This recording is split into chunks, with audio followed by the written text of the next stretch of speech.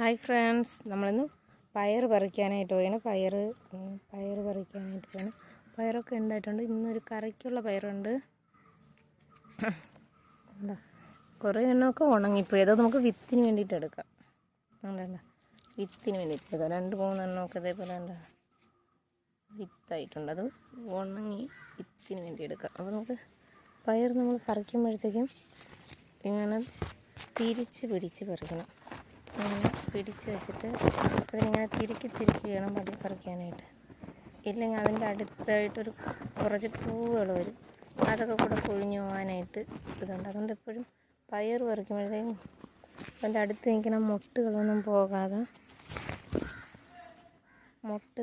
പോകാതെ എപ്പോഴും തിരിച്ച് തന്നെ ഇങ്ങനെ പറിക്കണം. ഇത് നമ്മളെ പുളിഞ്ചിയുണ്ട്. പുളിഞ്ചിയിലൊക്കെ ഒരുപാട് കായ്ച്ചിട്ടുണ്ട്. ശരിക്കും പൂ വന്നിട്ടുണ്ട്. കുഞ്ഞു തൈയാണത്. ഒരുപാട് പൂവൊക്കെ വന്ന്